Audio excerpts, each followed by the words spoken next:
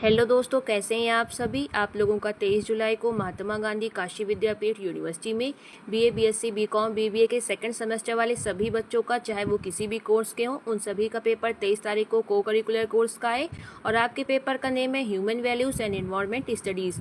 और ये सारी क्लासेस आपके लिए बहुत महत्वपूर्ण है, क्योंकि मैं आपको previous year question paper solve करा रही हूँ। और प्रीवियस ईयर क्वेश्चन पेपर से हमारे बहुत सारे क्वेश्चन आते हैं, यहाँ तक कि उनके ऑप्शन भी चेंज नहीं करे जाते। और मैं छोटी छोटी क्लास इसलिए अपलोड कर रही हूँ क्योंकि मुझे पता है कि आपका रोज़ पेपर है, किसी का इकोनॉमिक्स का, किसी का एजुकेशन का, रोज़ आपके पेपर लगे हुए हैं।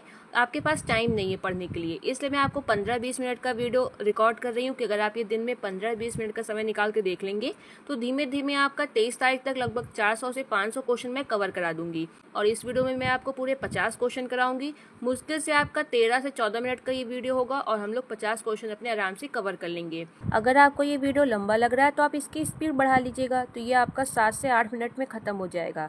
लेकिन आपको ये सारे क्वेश्चन देख के ज़रूर जाने हैं। और जो मैंने वीडियो पहले अपलोड करे उनका मैं लिंक आपको इस वीडियो के डिस्क्रिप्शन बॉक्स में और कमेंट बॉक्स में पिन कर दूंगी, तो आप लोग वहाँ से उनको देख लीजिएगा, आपको ढूंढने में दिक्कत नहीं होगी। दोस्तों, क्वेश्चन शुरू करने से पहले मैं आपको एक क्वेश्चन बता देती हूँ जो 2026 में बहुत ज़्यादा पूछा जा रहा है।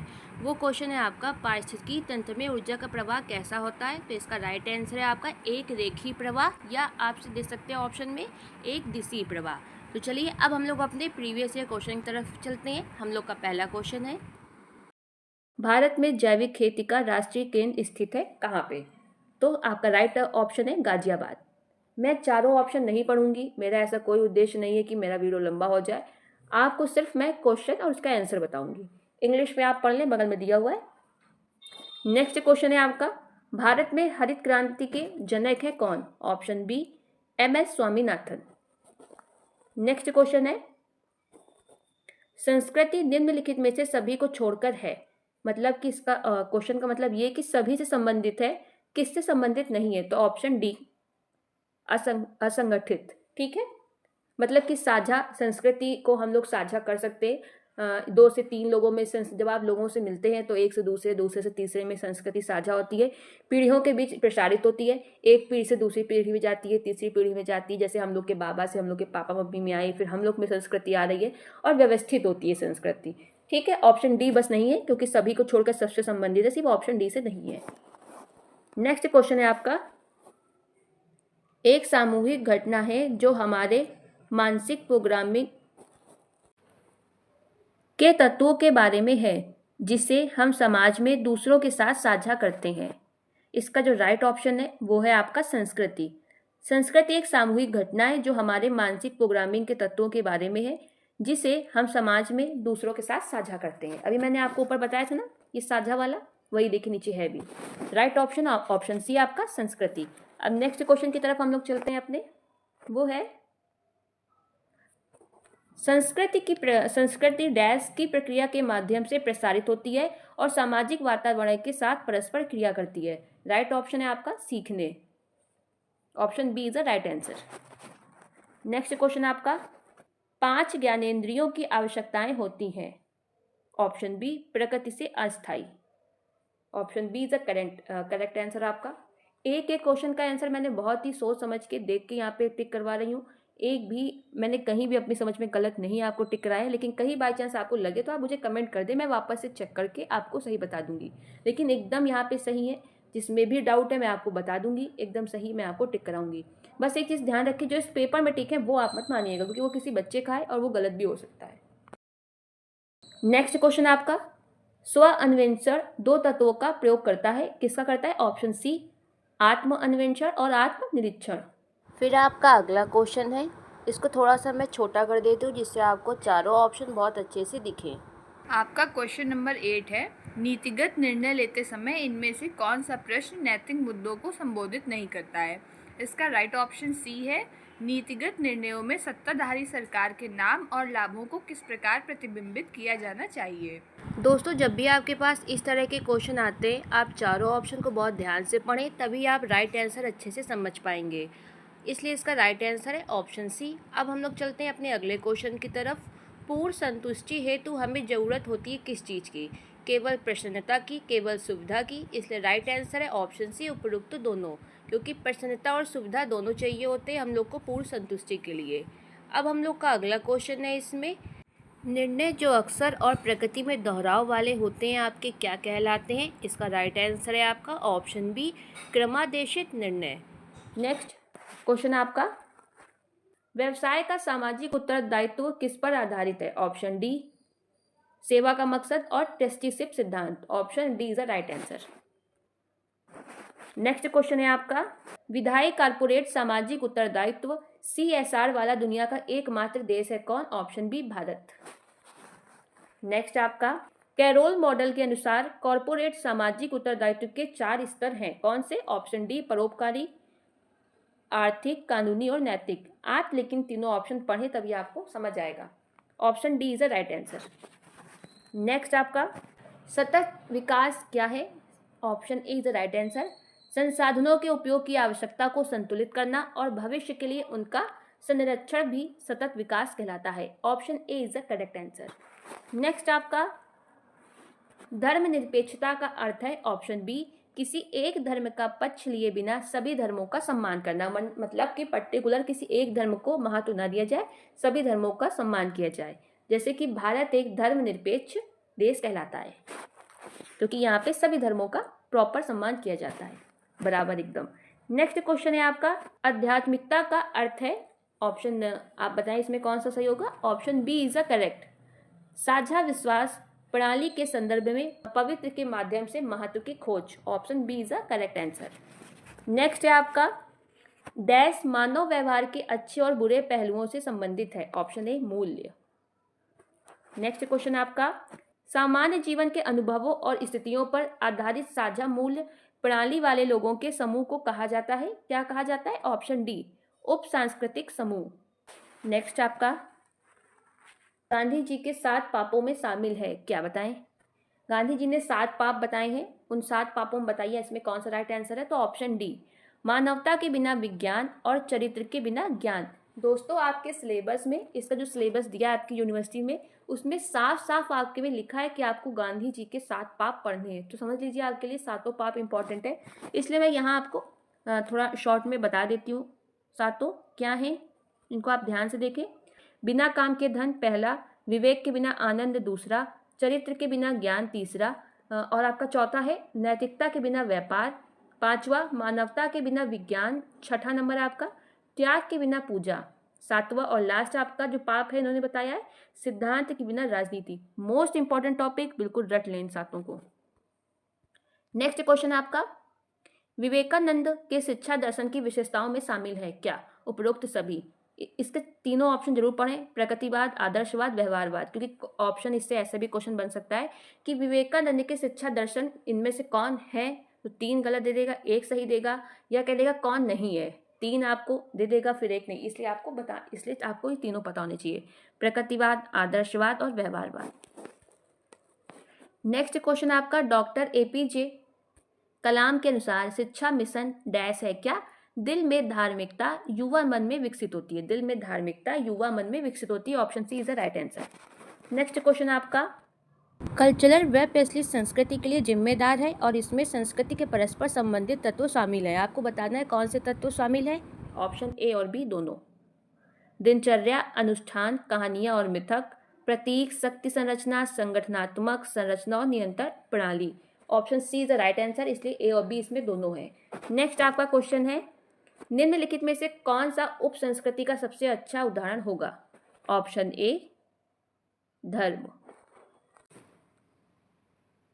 अब आपका नेक्स्ट क्वेश्चन है, निम्नलिखित में से कौन सा कथन निजीकरण की प्रक्रिया का सही वर्णन करता है? तो बताइए आप, पहले मैं इसको आपको चारों ऑप्शन दिखाती हूँ आपको। ये आपके रहे चारों ऑप्शन। इसका राइट ऑप्शन है ऑप्शन सी, निजीकरण की प्रक्रिया में कुछ सार्वजनिक क्षेत्र की इकाइयों को निजी क्षेत्र को बेचना शामिल है। यह आपका निजीकरण की प्रक्रिया का सही वर्णन करता है। क्या करता है? निजीकरण की प्रक्रिया में कुछ सार्वजनिक क्षेत्रों की इकाइयों को निजी क्षेत्र को बेचना शामिल है। नेक्स्ट आपका जो क्वेश्चन है वो है, पृथ्वी मीठे पानी के भंडार मात्र है, मतलब पृथ्वी में कितना प्रतिशत पानी मीठा पाया जाता है? Option A is the right answer, 2.6%। लेकिन दोस्तों इसका जो दिखाते हैं ग्राफ, वो दिखाते हैं 2.5 से आपका 3%। तो इस बीच में कोई भी ऑप्शन आपका आ जाए 2.5 से 3 के बीच में, आप उसे टिक करेंगे। अगर बाई चांस 2.6 ना हो आपके में, 2.7 हो, तो आप वो टिक करेंगे। लेकिन अब ऐसा भी आपके साथ नहीं होगा कि आपको 2.6 भी दे दे, 7 भी दे दे, 8 भी दे दे, ऐसा नहीं होगा। बस ये याद रखिए 2.6 से 3 के बीच में कोई भी ऑप्शन आपको दे सकता है, 2.8, 2.9, इसलिए आप बस ये याद रखिए। नेक्स्ट आपका ग्रीन हाउस गैसों में शामिल है उपरोक्त सभी, मीथेन भी, नाइट्रस ऑक्साइड, कार्बन डाइऑक्साइड, याद रखिएगा इनके नाम, इसलिए option 4 is the right. Next आपका प्रकाश संश्लेषण के दौरान पौधे लेते हैं क्या? CO2, option B is the right answer. श्वसन में शामिल है, option A is the right answer, O2 को अंदर लेना, CO2 को बाहर निकालना और खाद्य ऑक्सीकरण। आप सिर्फ, अगर मुझे ऐसा लगता है कि बहुत सारे बच्चे इसमें ऑप्शन सी करके आते, O2 को अंदर लेना, CO2 को छोड़ना, लेकिन नहीं, जो राइट है वो ऑप्शन ए है, उसमें खाद्य ऑक्सीकरण भी शामिल होता है। जब आपको ऑप्शन ए दे ही ना, सिर्फ ऑप्शन सी दे, तब आप उसको टिक करेंगे, लेकिन वैसे ऑप्शन ए एकदम करेक्ट है। नेक्स्ट आपका सदाबहार वन में वर्षा की सीमा है, ऑप्शन बी 200 सेंटीमीटर प्रति वर्ष से अधिक। नेक्स्ट क्वेश्चन आपका शंकुधारी वन होते हैं, ऑप्शन फर्स्ट आप देख लें, सेकंड देख लें, अगर सी और D, option B is the right answer है आपका। ठीक है, आप इसे पढ़ लें पूरा। नेक्स्ट आपका क्वेश्चन है कांटेदार वन वनस्पति में शामिल है, ऑप्शन बी आपके छोटे पेड़, छोटी वृद्धि वाली झाड़ियां। नेक्स्ट क्वेश्चन आपका खाद्य श्रृंखला में जीव एक दूसरे से जुड़े होते हैं, ऑप्शन बी उत्पादक से उपभोक्ता स्तर पर। ये इंपॉर्टेंट क्वेश्चन देखें, खाद्य श्रृंखला में जीव एक दूसरे से जुड़े होते हैं, उत्पादक से उपभोक्ता स्तर, उपभोक्ता पहले नहीं है, उत्पादक है। नेक्स्ट आपका क्वेश्चन है डैश अब एक विलुप्त प्राणी है, option C Tasmanian tiger. Next आपका क्वेश्चन है जो सौर ऊर्जा को सबसे अधिक कुशलता से किसका उपयोग करके फंसाया जा सकता है, ऑप्शन ए फोटोवोल्टिक उपकरण। नेक्स्ट आपका क्वेश्चन है इनमें से किसकी भारत में सर्वाधिक आनुवंशिक विविधता है, किसकी सबसे ज्यादा, मतलब आप किस में कह सकते हैं पाई जाती हैं, आम की, ऑप्शन सी लगभग 1000 से ज्यादा तरीके के आम भारत में है। नेक्स्ट आपका खतरे वाले जानवरों और पौधों को सुरक्षा के लिए एक अलग देखभाल इकाई में रखा जाता है, उसे क्या कहा जाता है, option first is the right answer ex situ संरक्षण। दोस्तों आप इस क्वेश्चन को ध्यान से देखिए, आपको याद होगा कि मैंने आपको कल जो पेपर सॉल्व कराया था उसमें भी आपका एक्स सीटू और इन सीटू से क्वेश्चन पूछा गया था। मैं आपको एक बार सरल भाषा में फिर से एक्स सीटू और इन सीटू बता देती हूँ। एक्स सीटू वो होते हैं, जैसे आपके खतरे वाले जानवर लिखा है तो इसका मतलब है कि जो आपकी विलुप्त प्रजातियाँ होती हैं, चाहे वो पौधे की हो या जानवर की, जहाँ पे वो होती है वहाँ पे उनको खतरा होता है, ऐसा लगता है कि जैसे यहाँ पे विलुप्त हो रही हैं, तो उनको वहाँ से हटा के एक दूसरे स्थान पे सुरक्षित स्थान में रख के उनकी देखभाल करी जाती है। तो ये होगा आपका एक्स सीटू। इन सीटू में आपका क्या होता है कि जहाँ पे वो पौधे या जानवर होते हैं उनकी वहीं पे सुरक्षा करी जाती है, यानी कि उनके घर में, घर से अगर आप बाहर निकाल कर सुरक्षा कर रहे हैं तो वो आपका एक्स सीटू संरक्षण है, अगर आप उनकी देखभाल सुरक्षा घर में ही कर रहे हैं तो वो आपका इन सीटू संरक्षण होगा। मुझे उम्मीद है कि आपको समझ आ गया होगा। फिर आपका अगला क्वेश्चन है भारत के निम्नलिखित राष्ट्रीय उद्यानों में से कौन सा यूनेस्को की प्राकृतिक विश्व धरोहर स्थलों में सूचीबद्ध है, तो इसका राइट आंसर है आपका ऑप्शन सी केवलादेव घाना राष्ट्रीय उद्यान। ये क्वेश्चन बहुत इंपॉर्टेंट है, इसको याद रखिएगा। फिर आपका इसमें अगला क्वेश्चन है, इंग्लिश में देख लीजिए सन, क्योंकि उसमें आराम से आपको दिख जाएगा, 1988 लिखा है। क्वेश्चन में पूछ रहा है कि 1988 की जो आपकी राष्ट्रीय वन नीति थी उसके अकॉर्डिंग कितने भाग में आपके वन होने चाहिए, तो इसका राइट आंसर है आपका ऑप्शन बी मैदानी अगर इलाका है तो उसमें 33% भाग में आपके वन होने चाहिए, अगर पहाड़ी इलाका है तो उसमें आपके 67% भाग में वन होने चाहिए, यानी कि 67%। फिर आपका इसमें अगला क्वेश्चन है एक पारिस्थितिकी स्थिति जिसमें एक प्रजाति को एक ऐसे स्थान पर पेश किया गया है जहां वे अद्वितीय यानी कि यूनिक, तो कौन सी प्रजाति होगी, ऑप्शन बी आपका एकदम सही है विदेशी प्रजातियां। नेक्स्ट क्वेश्चन आपका इनमें से कौन सा जैव विविधता के संरक्षण का सबसे प्रभावी साधन है, option A is the right answer आवासों का संरक्षण करना। नेक्स्ट क्वेश्चन आपका नंदन कानन चिड़ियाघर किसके लिए लोकप्रिय है, तो ऑप्शन सी सफेद बाघ के लिए। फिर आपका इसमें अगला क्वेश्चन है, इनमें से कौन ग्लोबल वार्मिंग को नियंत्रित कर सकता है? तो इसका राइट आंसर है आपका ऑप्शन डी, जीवाश्म ईंधन की खपत को कम करना। अब आप समझिए कि जीवाश्म ईंधन कैसे जिम्मेदार है ग्लोबल वार्मिंग के लिए। तो जीवाश्म ईंधन में आपका क्या आता है? कोयला, पेट्रोल, डीजल, इन सब का उपयोग आपका कारखानों में किया जाता है। तो कारखानों में जब इनका उपयोग किया जाता है तो उनसे बहुत भारी मात्रा में गैसें निकलती हैं और उस गैस में मेनली आपकी कार्बन डाइऑक्साइड होती है, जो हमारे पर्यावरण को बहुत ज़्यादा प्रदूषित करती है और यही आपका ग्लोबल वार्मिंग को मेन रूप से बढ़ाती है। तो इसका अब आप आंसर बताइए क्या होगा? ग्लोबल वार्मिंग को कैसे नियंत्रित कर सकते हैं? तो जीवाश्म ईंधन की खपत को कम करके। ऑप्शन डी आपका एकदम सही है। फिर आपका अगला क्वेश्चन है, ये क्वेश्चन आपके ट्रू फॉल्स वाले हैं कि आपको सिर्फ स्टेटमेंट दिया गया है, आपको ये बताना है कि ये सही स्टेटमेंट है या गलत। चलिए अपने क्वेश्चंस की तरफ चले। अब पारिस्थितिकीय तंत्र प्राकृतिक अंतः क्रियाओं का एक समूह है। बिल्कुल, ऑप्शन फर्स्ट राइट आंसर सत्य। पौधों से हमें औषधियाँ प्राप्त होती हैं। सत्य।